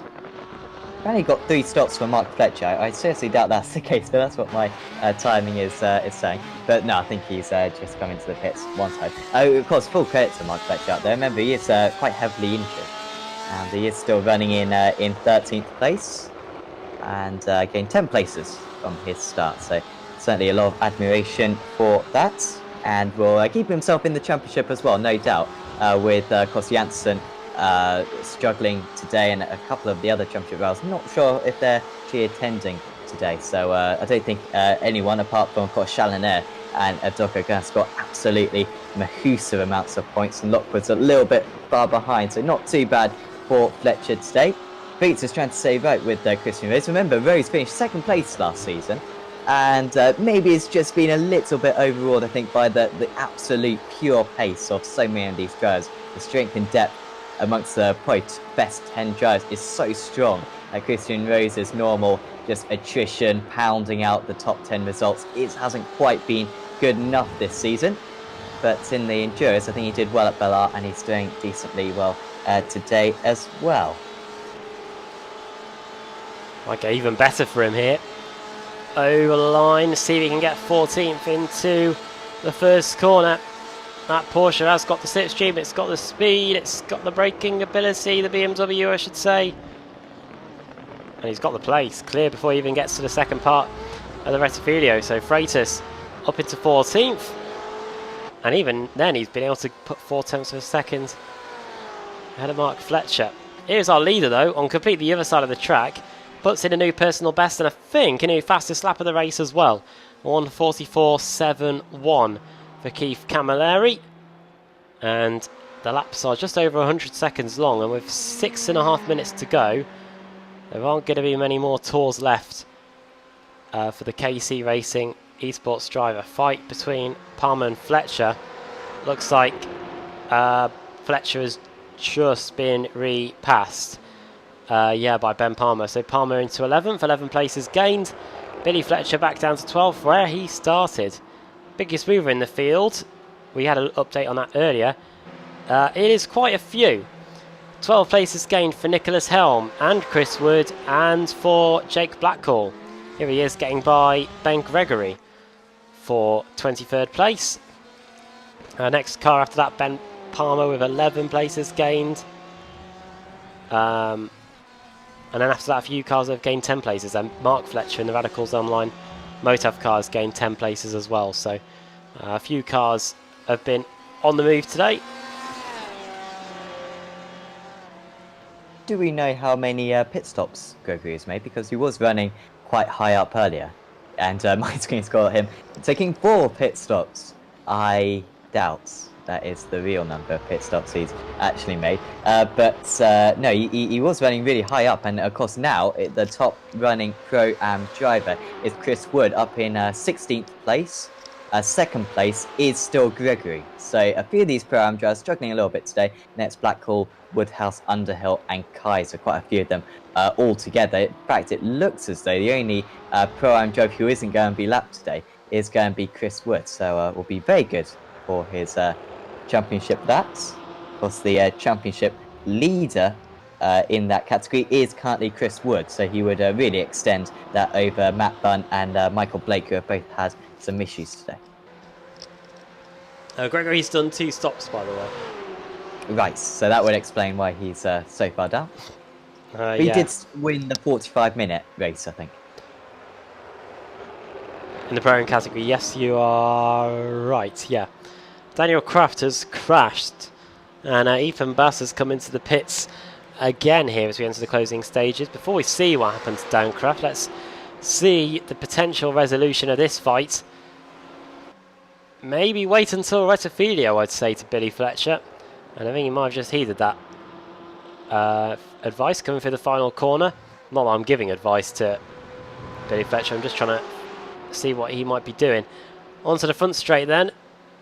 Bit of wiggling by Palmer. That indicates a person who's light on fuel, but I say that, he is lifting and coasting into the first corner, and Fletcher does go by. If he's out of fuel, he's got to do a long lap, but he does have drive. He is short shifting as well, I noticed that. Of course, the best thing for Palmer here is to stay in the slipstream of the car ahead. So, I mean, if Billy Fletcher wants to be really harsh, he would just stay behind and not give his rival a tow. But I'm sure he's a nice guy, and instead we'll probably drag him to the end of the race, get a little bit of a slipstream. Dan Kraft spinning. Oh no. And yeah, collects Barry Baird with him. That was really unfortunate. Let's go on board with Barry for that. So you can see Dan Kraft is so far up the road at this point. Into the Della Roggia. Left. Right. He sees it sliding. Goes for the left. Wonder if his spotter told him to do that. And he's now coming to the pits. And that looks like it might be done for the day. Of course, Baird did start in 10th place, I believe. Was doing well in the opening stages as well, wasn't he? Because he collided with his teammate, and if it weren't for that, he could have well been... I mean, he was fighting with Bibby and McFarlane and Helm at the time, so a day of what could have been. 2.5 minutes to go then. Penultimate lap here at Monza. I'm looking here at one of the few fights we've got remaining in the field. Ross McFarlane and Nicholas Helm half a second apart. Billy Fletcher and Ben Palmer remain about half a second between them. And here is one of the other fights in the field. It's Jake Blackhall versus Ben Gregory, who's trying to return some positions to his name after the 2 visits to the pits that he has done. His most recent visit to the pits, he was in there for 16 seconds. Came into the pits for an unscheduled stop earlier, and then I think he came into the pits for his actual scheduled stop after that, I think. A few comments on the YouTube chat. Certainly appreciate your discussion. Realise we haven't been engaging with you guys too much, so apologies for that, but certainly thanks for tuning in. And of course some terrific viewing figures today, around 90. It's kind of just been going up in an endurance race. I mean, for it to be going up as the race has been going on, it's absolutely terrific. So thank you guys a lot. So of course, if you enjoy this, certainly check out, certainly subscribe to the iRacing Esports Network and check out the Apex Racing TV YouTube channel as well. But a few jokes being made about Multi-21 and team orders between the 2 Fletchers currently. They are 7 seconds between one another. So that would be some pretty big team orders in order to do that. And I also saw an interview with Mark Webber yesterday. Was tempted to ask him about that, and someone actually did have the guile to ask him about that. And yes, well, it was a good interview actually, very interesting. Carfest, if anyone else is there. Here we go. McFarlane having to defend from how this is what it comes down to then for the battle for 8th place. Final lap for these drivers. Yes, will be final lap because Camille is on his final lap currently. White flag is out. And Helm will do absolutely everything he can. But will still be a very good result for these two guys. A lot of points for getting in the top 10 in such a significant race. Looks to the inside again, does Helm. Side by side, McFarlane and Helm, and they spin round. Can they get back going? They're just costing each other a lot of time. Will Helm even go on his roof? And this is not the best way to do that. So now Helm, has he taken out another driver? I don't think so. Going through the middle and having to stand on the brakes as well. Chaos as Keith Camilleri comes to the line. Yeah, chaos further around the lap, but jubilation for Keith Camilleri and KC Racing Esports. They win the endurance race here at Monza. Michael Evdoka is going to come across the line in his Ferrari to finish in second. And Brian Lockwood, what a drive by him to finish in third, despite a pit stop that left him with a lot to do. Christian Schallner finishes in fourth, Laszlo Kotrox in fifth. They're still at it here between Nicholas Helm and Ross McFarlane. It's now McFarlane ahead. Is the favour going to be repaid? They've got Ben Palmer. So no, it's Christian Rose closing down on them. Into the final corner they go. You can see the damage to the Ferrari, but it's going to be Ross McFarlane that finishes in 11th place. Ben Palmer's just overtaken Billy Fletcher on the line. Was Billy Fletcher out of fuel? We'll have to wait and see on that one. But Helm comes across the line in 12th behind McFarlane, Fletcher 13th. Miguel Freitas and Chris Wood, two teammates, very close together.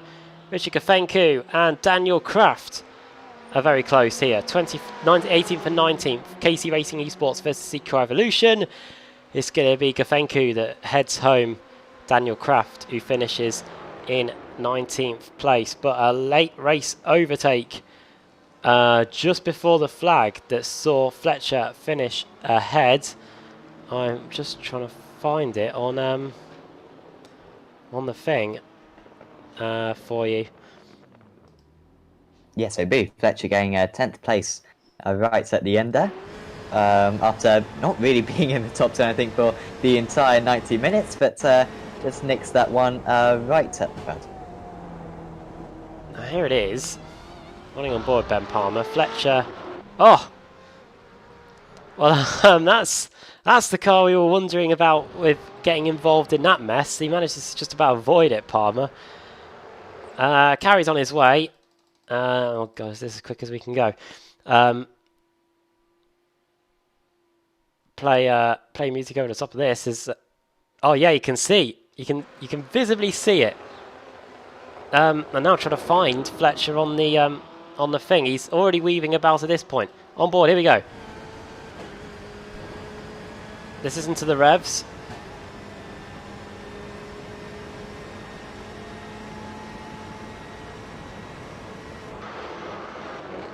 It's not too far away. Now he's going to accelerate to the line. Is he going to have any power? No, I think that must have been deliberate. Letting the other driver pass. Certainly didn't sound like he was coughing.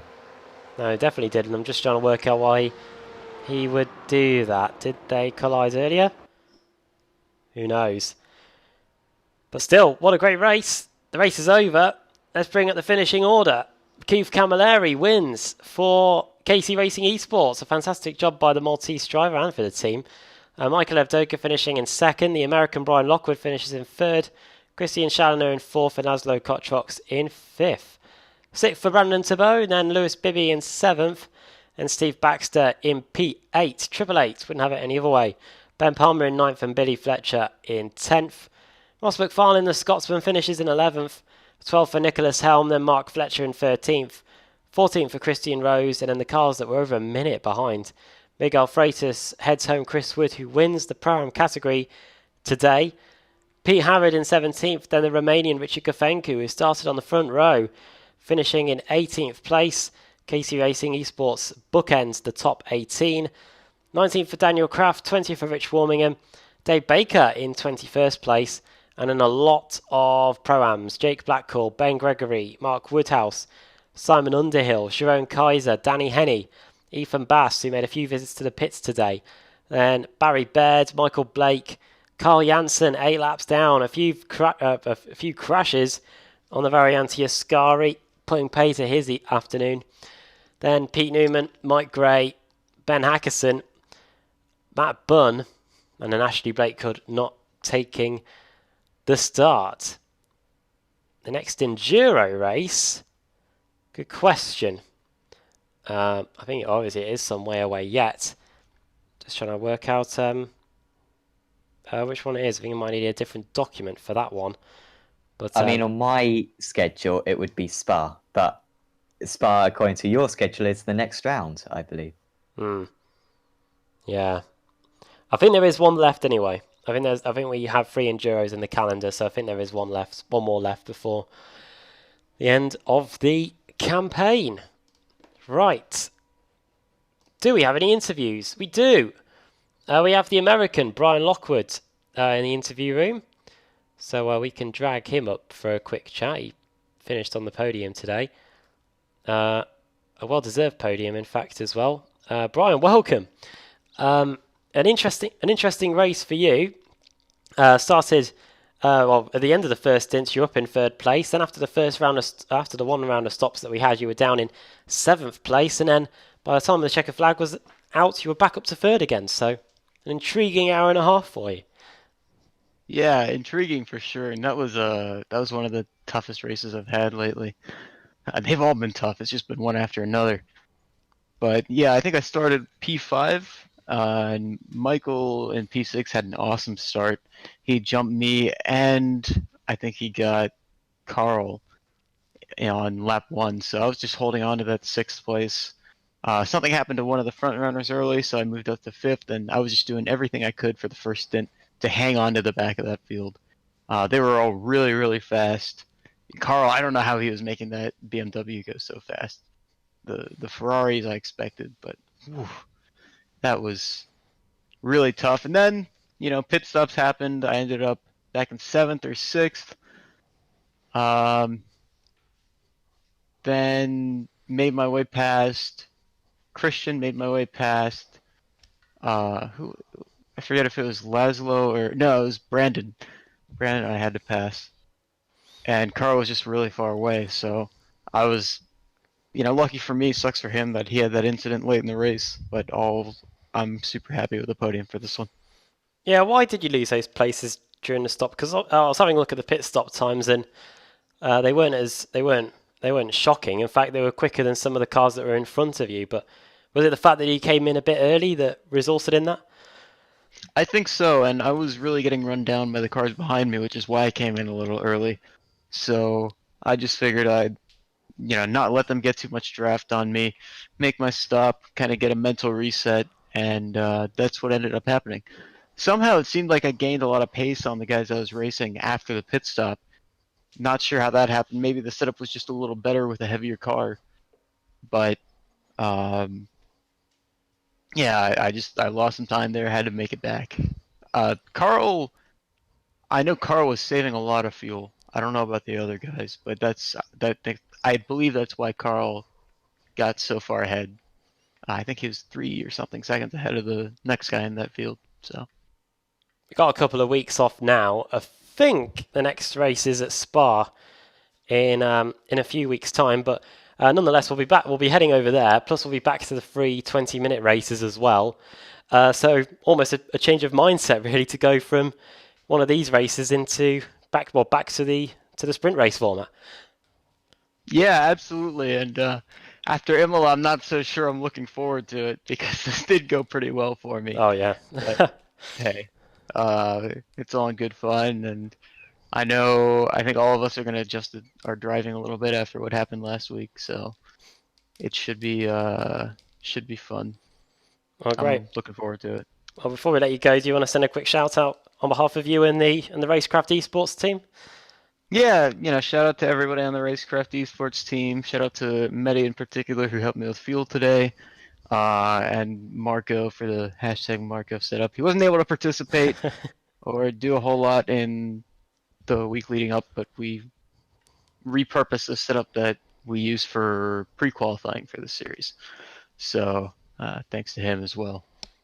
And of course, thanks to you guys for the awesome broadcasts.